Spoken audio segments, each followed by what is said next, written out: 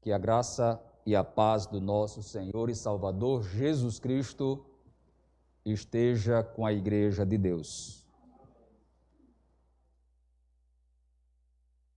Eu queria antes fazer uma consulta. Os irmãos me escutam bem se eu falar com máscara, né?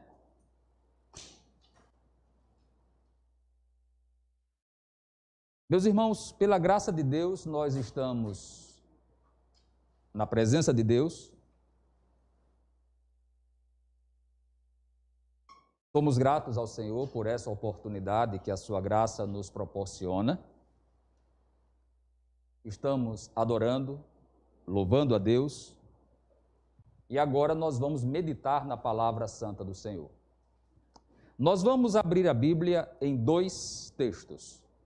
E eu vos convido, e os irmãos que estão nos assistindo em casa, se possível, também lhes convido a abrir a palavra de Deus. E nós vamos, depois, ler outros textos também. Provérbios, capítulo 19 e versículo 17. É o primeiro texto que nós vamos ler. E depois nós vamos ler Atos dos Apóstolos, capítulo 2 e versículo 44. Provérbios 19, versículo 17, nós temos a seguinte mensagem: Ao Senhor empresta aquele que se compadece do pobre, e ele lhe pagará o seu benefício. Atos dos Apóstolos, capítulo 2 e versículo 44. Todos os que criam estavam juntos e tinham tudo em comum. Todos os que criam estavam juntos. Amantíssimo Deus, nós vimos a Tua sagrada presença neste momento, Senhor, e pedimos a Tua misericórdia sobre as nossas vidas. Aplica a Tua palavra aos nossos corações e nos ensine, ó Deus, a Tua vontade. Abençoe esta igreja aqui presente e a igreja que está em casa. Todos os irmãos que nos escutam neste instante e aqueles que nos ouvirão posteriormente. Que a Tua palavra fale aos nossos corações, em nome de Jesus. Amém. Prezados irmãos, pela misericórdia de Deus, hoje pela manhã, nós falávamos sobre algumas atitudes da igreja nesse tempo de pandemia. E nós abordamos 2 atitudes basicamente. A igreja deve orar em prol da cura divina, da saúde, da restauração. Deve orar pela própria preservação da igreja. Esse foi o foco da primeira atitude, a oração. E a segunda atitude que nós abordamos foi o nosso relacionamento com as autoridades. A obediência às autoridades, o respeito às autoridades e o dever de orar pelas autoridades. Nós não somos negacionistas e atendemos todas as exigências dos protocolos sanitários. Nós deixamos isso aqui bem claro na mensagem de manhã. Nós vamos continuar nessa mesma abordagem. E nós vamos, nesse instante, desenvolver mais duas, se der tempo, mais três. Se não, ficaremos com apenas mais duas atitudes da igreja cristã diante dessa pandemia. Uma delas é ajudar os carentes e necessitados, os pobres e que estão precisando de apoio nesse momento. E a outra atitude, já antecipando, é vir à igreja, como diz Atos 2:44, que nós lemos, todos os que criam estavam juntos. Então nós vamos pensar primeiro nesse apoio que nós devemos dar aos sofredores do ponto de vista material. A situação não é fácil. Nós vivemos num Brasil que já é economicamente diversificado. Aqui, poucos detêm as riquezas e muitos sofrem com falta de pão. A situação nessa pandemia agravou esse quadro.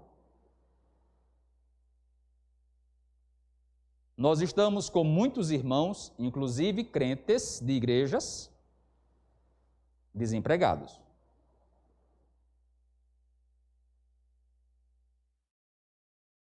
Nós estamos com muitos irmãos, chefes de família, o sustentáculo, o sustentador da sua casa, que perderam o emprego. Nós estamos com muitas famílias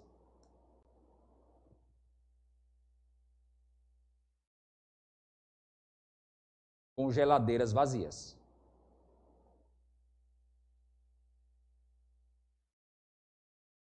Talvez a nossa igreja aqui, irmãos,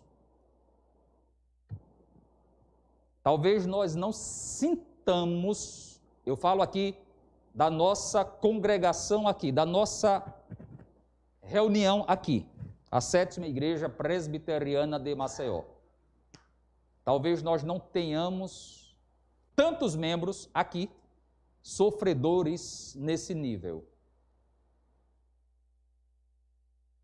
Mas nós temos hoje no Brasil um quadro meio desalentador. Os dados que nós dispomos e fornecidos aí pela grande imprensa nos apontam que nós temos no Brasil hoje, não é logicamente em decorrência da pandemia. Esse é um drama de desigualdade social de décadas, mas nós temos mais de 50 milhões de pessoas pobres ou vivendo na extrema pobreza. Essa distinção que os órgãos oficiais fazem de pobreza e de extrema pobreza, só para ficar mais claro, é um padrão internacional. Aqui no Brasil vem se adotando esse mesmo padrão e é basicamente o seguinte: o cidadão que passa o mês com meio salário mínimo, até meio salário mínimo, está na linha de pobreza. 1/4 do salário mínimo, ele está na linha da extrema pobreza. Então, traduzindo, um homem que ganha um salário mínimo aqui no Brasil, e que tem que sustentar ele, a esposa e 2 filhos, 4 pessoas, tecnicamente ele já está enquadrado na linha da extrema pobreza.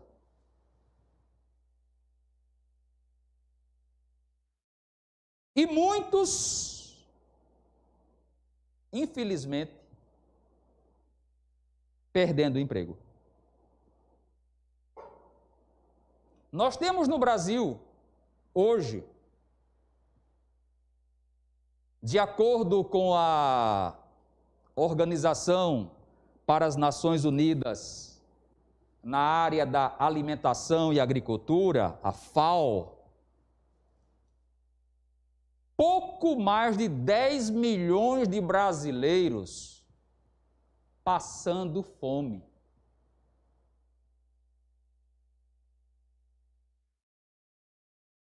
Passar fome no Brasil, em pleno século XXI, em 2021, e isso está se agravando diante da pandemia, com pessoas que estavam no comércio informal e de repente tiveram que paralisar as suas atividades, com pessoas que estavam no trabalho formal em empresas, em fábricas, e de repente acordaram de manhã com a notícia de que estão desempregados.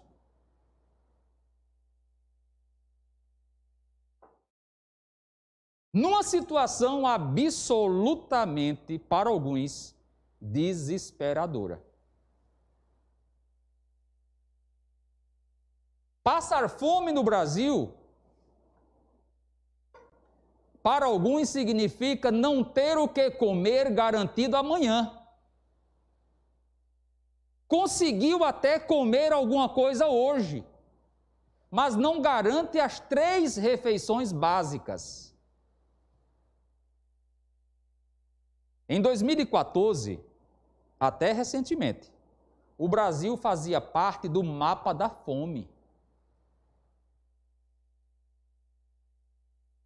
Somente em 2014 é que o Brasil saiu do mapa da fome, coordenado, pensado, elaborado pela FAO. E hoje, porque o critério que eles adotavam é de até 5% da população, e como o Brasil diminuiu esse percentual, mas hoje já está quase topando novamente. É possível que se essa pandemia perdurar por meses e meses, é possível que a situação venha a se agravar. O quadro não é simples. No mundo, nós temos também muitas pessoas padecendo. Calcula-se, pela própria FAO, perto de 700 milhões. É uma população imensa. Perto de 700 milhões de pessoas passando fome no mundo. Abra sua Bíblia comigo e eu quero lhes mostrar em Apocalipse capítulo 6 como isso está profetizado nas Sagradas Escrituras. E nós estamos, irmãos, eu creio, nos últimos dias. Às vezes eu digo lá em casa, com os meus filhos, com a minha esposa, que a sensação que eu tenho é que eu não morro mais. Porque Jesus vai voltar e nós vamos ser arrebatados para o céu. Maranata, ora vem Senhor Jesus. Então eu creio que nós já estamos vivendo nos últimos dias. Veja o que nos diz Apocalipse capítulo 6, versículo 8. Aliás, versículo 6. Ouvi uma voz no meio dos 4 animais que dizia: esse é o cavalo preto, o segundo cavalo, o segundo selo. Uma medida de trigo por 1 dinheiro. 3 medidas de cevada por 1 dinheiro. Não danifiques o azeite e o vinho. Traduzindo numa linguagem bem moderna, você vai trabalhar um dia inteiro para apenas comer. Porque uma medida de trigo por 1 dinheiro, esse denário aqui, é o equivalente ao salário de um dia. E a medida de trigo é a medida necessária apenas para uma pessoa por um dia. Veja como o texto, talvez aqui esteja melhor, uma medida de trigo por 1 denário. Veja como o texto está dizendo, é o José, qualquer José, permita-me usar essa expressão, trabalhando para sustentar sua família, mas o que ele ganha só dá para uma pessoa comer por dia. Isso fala de inflação alta, isso fala de fome, isso fala de desnutrição. E qual é a consequência disso? Versículo 9. Aí você tem um agravante, o agravamento dessa crise. Um cavalo amarelo, o que estava sentado sobre ele tinha por nome Morte, o inferno seguia, e ele teve o poder para matar a 4ª parte da terra com espada, com fome. Observe, a palavra fome aparece aí de novo, e com peste. Fome e peste, e com as feras da terra. Fome e peste. Como a fome está ligada e associada à Covid. Apocalipse 6 e 8. Fome e peste. Eu não estou dizendo aqui que nós estamos vivendo no período do cavalo amarelo. Eu não vou entrar nessa discussão da interpretação, mas veja como está vinculado. Inflação alta, o pobre sofrendo. E observe mais uma coisa, irmãos. Eu não queria discutir Apocalipse. Minha intenção é somente discutir a questão da linda pobreza. Mas observe o versículo 6 de novo. Vai faltar alimento, mas não danifiques o azeite e o vinho. O vinho do rico continua na sua mesa. O alimento do pobre, escasso e sofredor. Percebam, em plena pandemia nós temos o pobre virando mais pobre e nós temos muitos ricos se transformando em milionários. E nós temos muitos milionários entrando na lista Forbes como bilionários. A desigualdade social está aumentando em plena pandemia. Em plena pandemia, muitos morrendo de fome e muitos enriquecendo. No meio desse desajuste social, há um desafio para a igreja. O que é que a igreja tem que fazer? Aí eu vou voltar com os irmãos lá para Provérbios. O texto que nós lemos. Provérbios 19, versículo 17. O que é que nós temos que fazer? Observem. O texto é surpreendente. E se você está com a sua Bíblia, permaneça aberta. Eu quero lhes mostrar agora uns detalhes aqui em Provérbios sobre esse assunto. Nós temos que socorrer aqueles que sofrem. Nós temos que socorrer os nossos irmãos carentes. Abra a sua mão e ajude quem está precisando.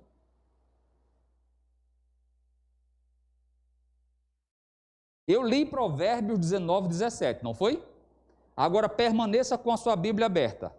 E nós vamos fazer uma leitura dinâmica do livro de Provérbios sobre esse assunto. Provérbios 14, versículo 21. Você vai ler metade do livro de Provérbios agora, em 30 segundos. O que é que diz Provérbios 14, 21?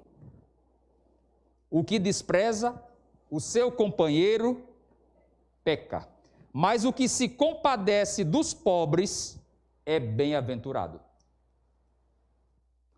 Rapidamente, Provérbios 14 e 31.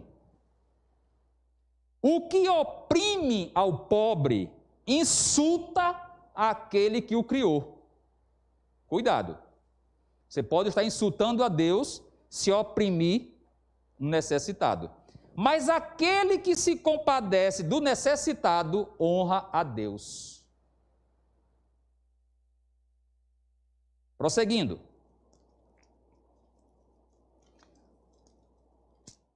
(19 e 17), o texto que nós lemos no começo. Ao Senhor empresta, e na linguagem popular brasileira virou um ditado: quem dá ao pobre, empresta a Deus. Quem disse isso foi Salomão, viu? Só que ele disse de uma maneira mais sofisticada: ao Senhor empresta aquele que se compadece do pobre, e ele lhe pagará o seu benefício. Prosseguindo. Provérbios 21 e 13. O que tapa o seu ouvido ao clamor do pobre, também clamará e não será ouvido. Prosseguindo. 22 e 9.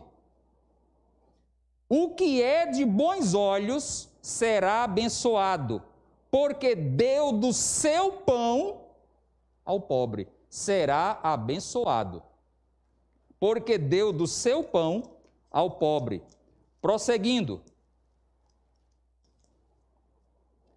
28 e 27. O que dá ao pobre não terá necessidade, mas o que esconde os olhos terá muitas maldições. Prosseguindo. 31, versículo 9. Abre a tua boca, julga retamente, faze justiça aos pobres e aos necessitados. Prosseguindo. 31, versículo 20. Abre a mão ao aflito e ao necessitado estende as mãos. Pronto. Você leu 17 capítulos em 2 minutos. Tematicamente. Se você nunca tinha parado para examinar o livro de Provérbios dessa forma, eu recomendo que o faça. Escrito por Salomão, um dos homens mais ricos da sua época, e veja o zelo social que ele tinha. Homem que obedecia à lei de Deus, homem que sabia de Deus o que era amar o próximo, e homem que se preocupou em dizer para mim e para você: ajuda quem sofre.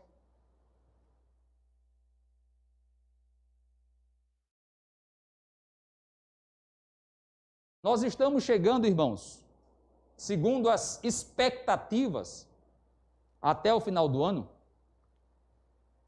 no nível de desemprego aqui no Brasil preocupante. Uma perspectiva que nós atinjamos a 14ª posição no mundo de desempregados e desalentados. É tão cruel que eles fazem até essa diferença. O cara é desempregado, desempregado é aquele que não consegue arrumar emprego. E o desalentado é aquele que não tem nem mais coragem de sair de casa para procurar emprego. Chegou num ponto tão... Como é que a psicologia definiria isso, hein? Chegou num ponto tão para baixo, tão depressivo, que o cara não tem nem coragem de se arrumar, botar uma roupinha, botar o currículo embaixo do braço. Aí chama desalentado. E o que é que nós podemos fazer enquanto igreja? Podemos fazer algumas coisas.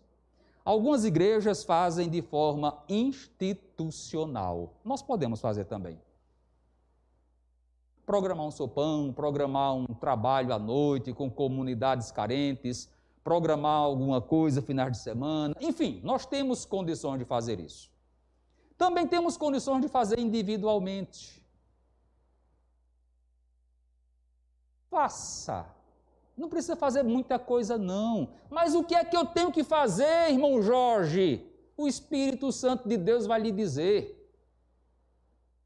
E eu tenho mais um recado bom da palavra de Deus para você e para mim. Recado bom. Abra a Bíblia aí em Mateus 10, 42. Quem está com o microfone, lê esse versículo para a gente, por favor. Mateus 10 e 42. É um recado bom da palavra de Deus.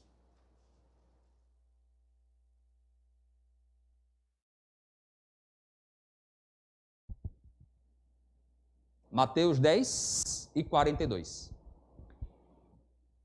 E quem der de beber, ainda que seja um copo de água fria, a um destes pequeninos, por ser este meu discípulo, em verdade lhes digo que de modo nenhum perderá a sua recompensa. Você vai ganhar a recompensa de Deus se der, nem que seja, um copo d'água para um necessitado. Será possível que eu, como crente, não sou capaz nem sequer de dar um copo d'água para quem sofre? Reflita comigo. Adolescentes que me escutam, jovens que me ouvem, mulheres, homens, rapazes e moças, o que é que nós estamos fazendo para diminuir a fome dos nossos irmãos em Maceió, em plena pandemia? Preste atenção. Não, mas eu só posso fazer se eu fizer muita coisa. Esqueça isso. Porque Jesus Cristo está dizendo aí, nem que seja um copo de água, terá sua recompensa. Você pode passar ali no supermercado, estratégias não faltam. Compra um pacote de bolacha por R$3, por R$5, não sei nem o preço exatamente, e dá ao primeiro que está na rua precisando se alimentar. Ou você pode, dependendo do tamanho do seu bolso, fazer coisa muito melhor. Pagar uma cesta básica de R$100, R$150, R$200. Você pode, se quiser, entrar lá no site da Missão Portas Abertas. Eles estão precisando de muito. Continente africano está padecendo fome, já sofre de fome. E nessa pandemia, os missionários, coitados, em países perseguidos, onde o acesso do evangelho já não é fácil e o acesso de dinheiro ficou mais raro. Hoje, por exemplo, eu recebi um pedido de oração de um missionário lá de Guiné-Bissau, irmão Marcos, missionário Marcos. Um jovem da igreja que está precisando fazer consulta com um neurologista. Problemas graves. E eles não têm acesso a essa especialidade médica. Precisam se deslocar para o país vizinho, lá em Senegal. Pobreza absoluta. Estratégias devem ser criadas ou de forma coletiva ou de forma individualizada. Presbítero André tem nos estimulado a contribuição missionária, com moedas até o mês de agosto. Que a Igreja do Senhor, que a 7ª Igreja Presbiteriana de Maceió, se envolva nesses projetos, no sentido de aliviar a fome de quem sofre. Desnutrição, incapacidade de se alimentar correta e adequadamente, incapacidade de garantir pelo menos 3 refeições básicas durante o dia, essa incapacidade financeira, porque nós não sabemos, irmãos, quanto tempo há de durar essa pandemia. Que o Espírito de Deus fale ao meu coração e ao seu coração, para que nós possamos nos envolver de corpo e de alma em um trabalho de assistência social aqui em Maceió, dando pão a quem precisa. Que Deus nos abençoe. Essa é a 3ª atitude que nós apresentamos para a igreja. Qual foi a primeira? Nós falamos de manhã? Orar. A 2ª, as autoridades. A 3ª, ajudar a quem precisa. Vamos para a nossa 4ª atitude. O que nós devemos fazer, como devemos agir em plena pandemia? Atos 2:44. Foi o texto que nós lemos. Projete aí, meu filho, por favor. 2:44.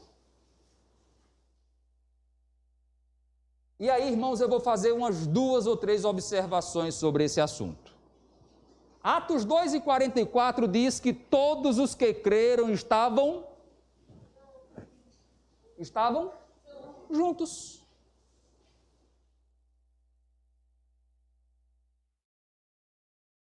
Juntos. E tem sido assim ao longo da história da igreja. Mesmo nos dias das maiores perseguições, lá no Império Romano, por exemplo, nós tivemos 10 grandes perseguições. Muitos cristãos morreram e eles se escondiam. Eles não podiam se reunir publicamente, mas eles se escondiam em catacumbas, se escondiam em casas subterrâneas, se escondiam em locais e permaneciam juntos. Nós, em plena pandemia, precisamos manter essa unidade. Nós precisamos estar juntos. Juntos de que forma? Bom, em primeiro lugar, eu digo que juntos de forma física, como nós estamos aqui. Nós estivemos aqui pela manhã, esse número, mais ou menos, e agora estamos juntos novamente, pela misericórdia de Deus.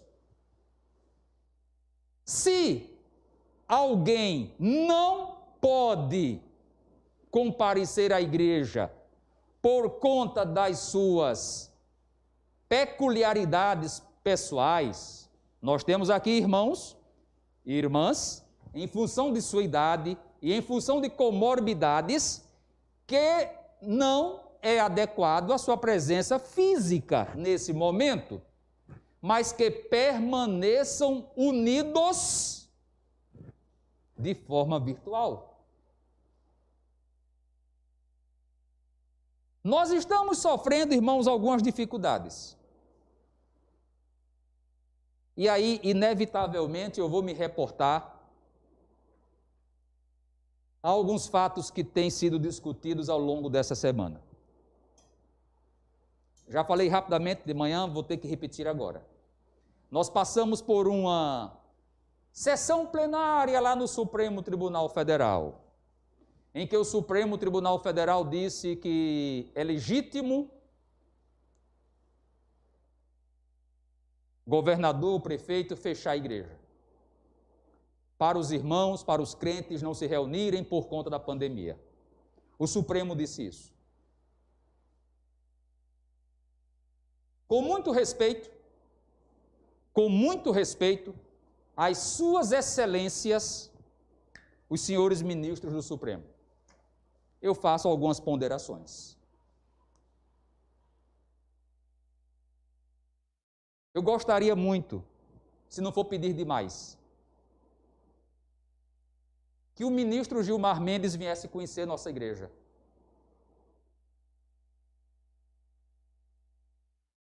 Que Ricardo Lewandowski entrasse aqui na nossa igreja, viesse conhecer nossa igreja. E ele veria que aqui, nesse espaço, respeitando todos os protocolos sanitários, nós estamos mais garantidos e mais protegidos do que dentro de um avião que sai de Maceió para São Paulo, lotado, sem limite de 30%, são 192 assentos. Eu digo porque eu já viajei algumas vezes de avião, né? E me permite aqui, me ajude aqui, por favor. Me dê essa cadeira aqui, por favor, meu irmão. Vem. Ajude aqui, por favor. Eu quero 2 cadeiras aqui, por favor. Ô Maurício, Deus te abençoe, Maurício. Diácono Maurício, Deus lhe abençoe.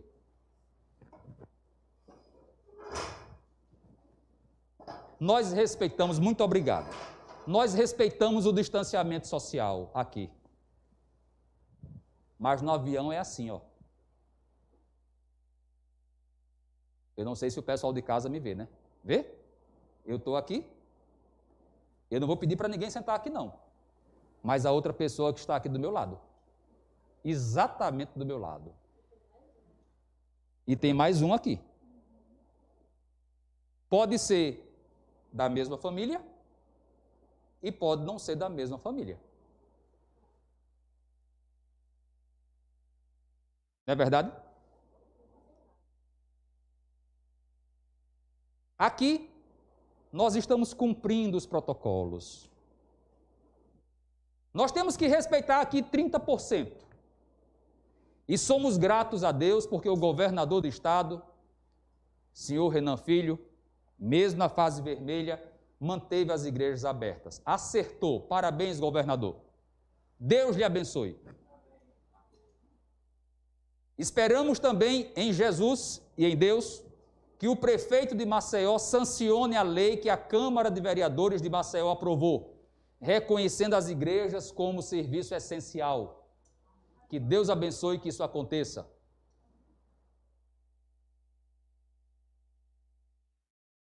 Sabe por quê? Porque igreja é vida. Igreja é saúde. Fé transforma pessoas miseravelmente abaladas e abatidas em pessoas alegres. Nós estamos aqui porque nós cremos. Nós estamos aqui porque nós recebemos. E nós não somos irresponsáveis. É fé. E outra coisa que eu observo, irmãos, com muito respeito, mas com muito respeito mesmo. Espero que isso jamais seja interpretado como falta de respeito ao Supremo Tribunal. Não é. Mas é nosso direito pensar. Teve 9 ministros no Supremo Tribunal que disseram que você pode rezar, orar em casa, fazer tudo em casa. E nenhum deles, com muito respeito mesmo, nenhum deles frequenta a igreja. se eles frequentassem igreja, se eles conhecessem a dinâmica de uma igreja, eles saberiam que igreja vive de ajuntamento, de comunhão. De José dando uma palavra para João, de Maria dando uma palavra para Joaquina, de uma oração que se compartilha, de um pedido que se faz, de pessoas que às vezes choram juntas ou juntos, logicamente, nesse instante, obedecendo o distanciamento social. Mas igreja não pode. Mas, irmãos, com muito respeito, os ônibus continuam lotados. Os metrôs continuam lotados. Aqui em Maceió mesmo. Eu não estou pregando aqui resistências às autoridades, nenhum tipo de rebelião, não. Até porque eu já disse de manhã que a segunda atitude é obediência. Mas nós não estamos exigindo nenhum privilégio. Nós só queremos ser tratados de forma igual. Os ônibus não rodam com 30% da sua capacidade. É 30% nos ônibus? É 30% no metrô? É 30% no avião? Não. Mas tem que ser 30% na igreja. A escola particular funciona? É 30%? Também não. São Paulo vai abrir amanhã. Fizeram um novo decreto. Lá em São Paulo. Vai abrir. Escola particular funciona presencialmente. Igreja não.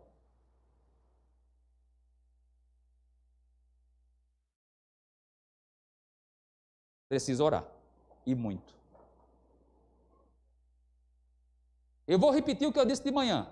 Não vá para a rede social xingar nenhuma autoridade. Não faça isso em nome de Jesus. Muito pelo contrário.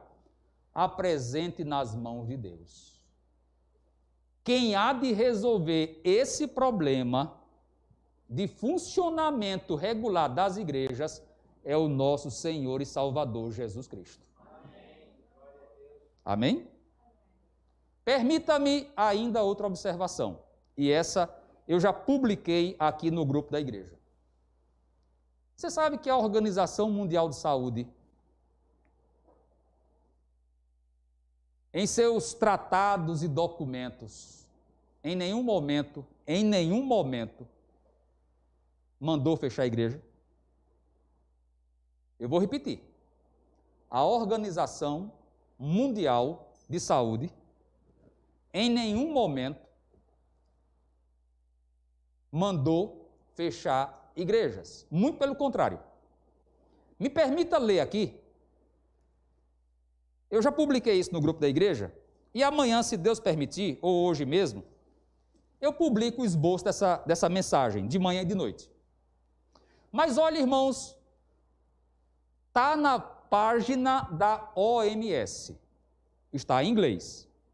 Nós traduzimos, com a ajuda do nosso tradutor, Dr. Mateus.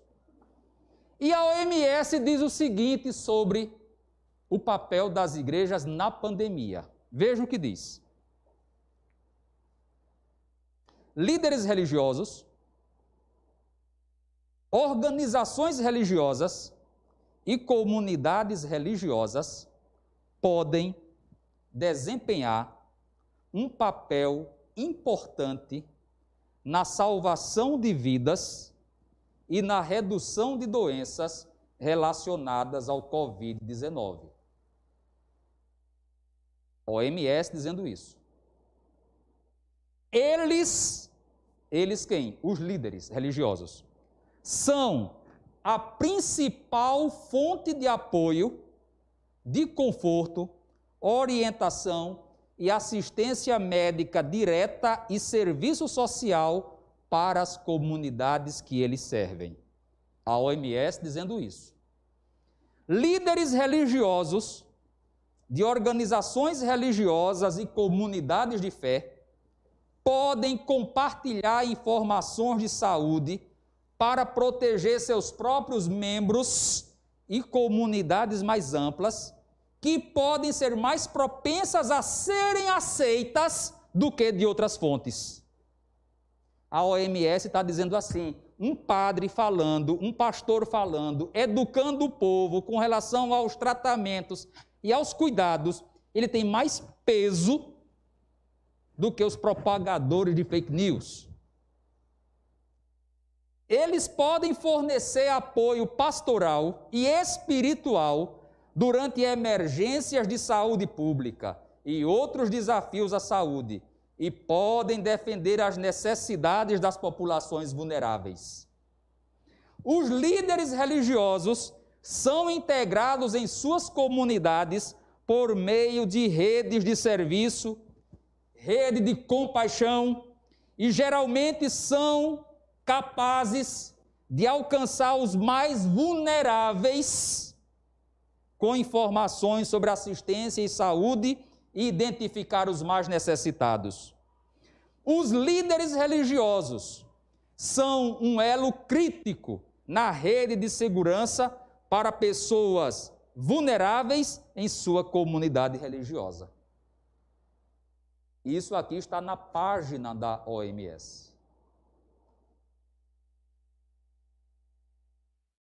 Não foi escrito nem por um pastor, nem por um padre. Mas está na rede mundial como orientação não somente para o Brasil, mas para o mundo. Agora, irmãos, permita-me algumas comparações. A fé é essencial, a igreja nós entendemos que é essencial, e alguns procuram, de uma maneira às vezes preconceituosa, por não conhecer bem o Evangelho de Cristo, desqualificar o trabalho que é feito. Agora permitam-me algumas comparações. Nos Estados Unidos, em abril, nós tivemos alguns casos curiosos. Alguns estados fecharam igrejas lá, mas mantiveram abertas as clínicas de aborto.